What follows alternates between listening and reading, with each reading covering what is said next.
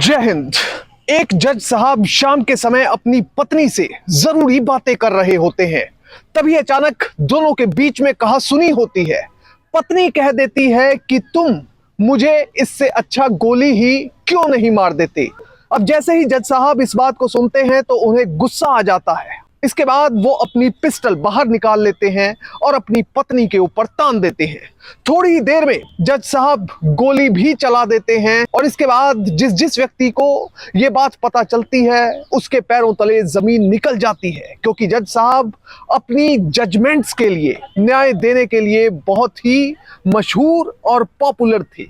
उनका न्याय जगत में काफी सम्मान था। पर इस घटना के बाद जो तस्वीर निकलकर सामने आई उसने कई तरह के सवाल खड़े कर दिए। इस केस के बारे में आपको बताएंगे, पर सबसे पहले आपसे अपील कि आप बड़ी संख्या में हमारे वीडियोस को देख रहे हैं पर चैनल सब्सक्राइब नहीं कर रहे।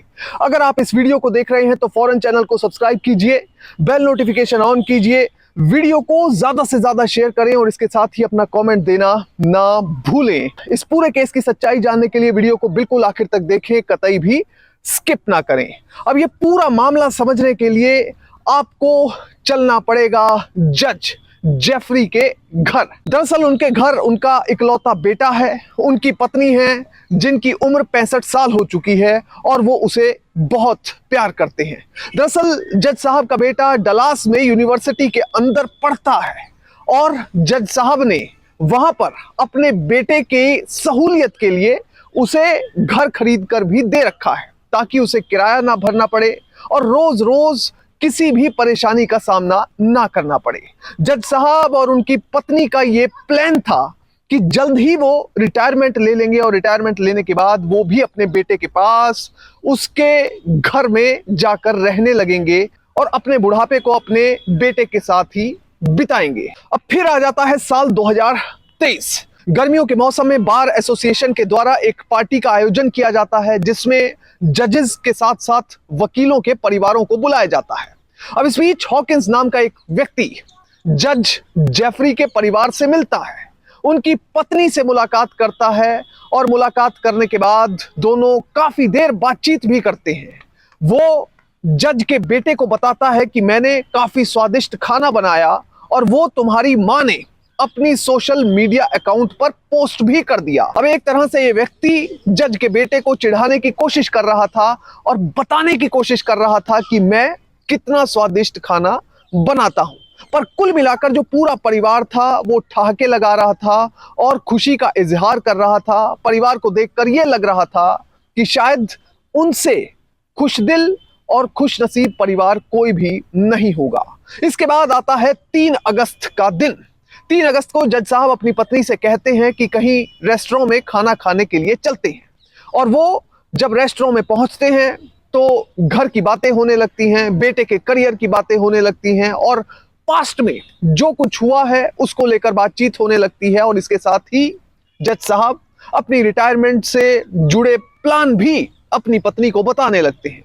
इस बीच उनके द्वारा शराब भी ऑर्डर की जाती है। जज साहब और उनकी पत्नी के बीच में बातें चल ही रही थी, तभी अचानक घर के खर्चों का यानी फाइनेंसेस का जिक्र आ जाता है।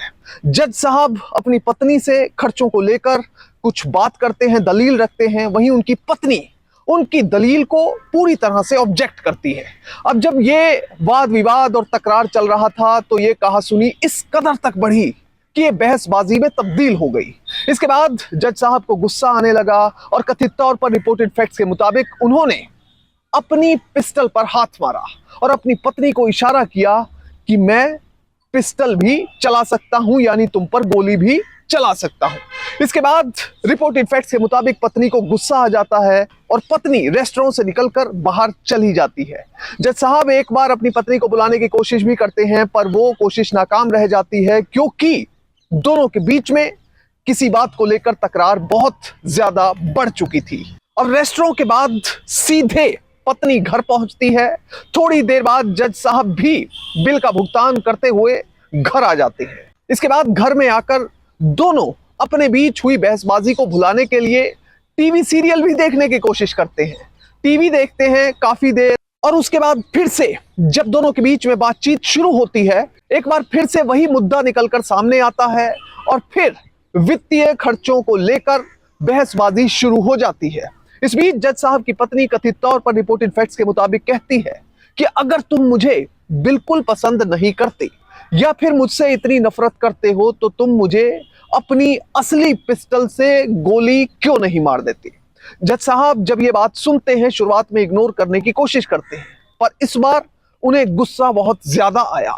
कथित तौर पर जज साहब ने अपने होल्स्टर में हाथ मारा और अपनी पिस्टल को बाहर निकाला और अपनी पत्नी के ऊपर तान दिया।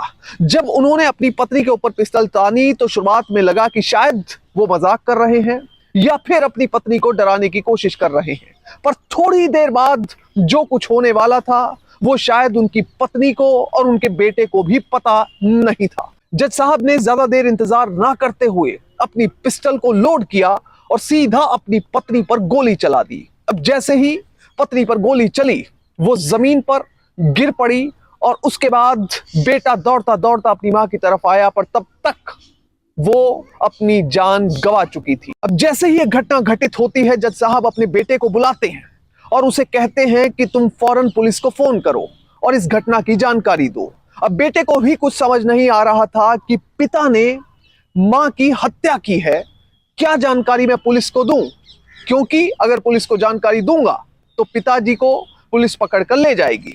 वहीं दूसरी तरफ जज साहब अपना फोन निकालते हैं और अपने ऑफिस के क्लर्क को मैसेज टाइप करते हैं। उस मैसेज में लिखते हैं कि आज मुझसे बहुत बड़ी गलती हो गई है, मैंने शराब पी और शराब के नशे में अपनी पत्नी को गोली मार दी।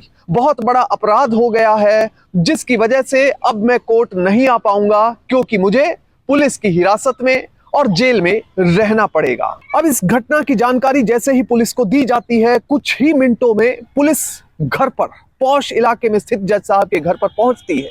वहां पर सारे घर का मुआयना करने लगती है, पर उससे पहले जैसे ही जज साहब के पास पुलिस के अधिकारी पहुंचते हैं तो उनसे कथित तौर पर रिपोर्टेड फैक्ट्स के मुताबिक बहुत ज्यादा शराब की स्मेल आ रही थी, बदबू आ रही थी।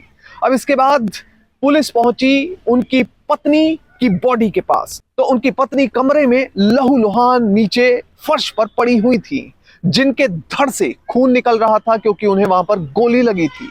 इसके साथ ही जिस पिस्टल से ग्लॉक .40 कैलिबर हैंडगन से गोली मारी गई थी उसे बरामद कर लिया गया और इसके बाद जज साहब के घर की तलाशी शुरू हो गई। पुलिस ने सर्च ऑपरेशन के दौरान जज साहब के घर से रिपोर्टेड फैक्ट्स के मुताबिक 47 हथियार बरामद किए और साथ में 26,000 राउंड गोलियां भी बरामद की गईं।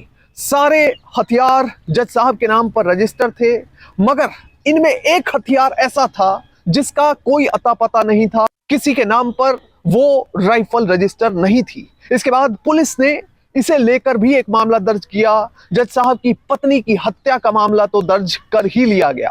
अगर जज जेफरी के बारे में बात की जाए तो उन्होंने अपना करियर साल 1983 में शुरू किया था। डिस्ट्रिक्ट अटॉर्नी के कार्यालय में अपने करियर की शुरुआत करने के बाद उन्होंने खास तौर पर जो नारकोटिक्स हैं उसमें स्पेशलाइजेशन हासिल की और इन मामलों के माहिर बन गए।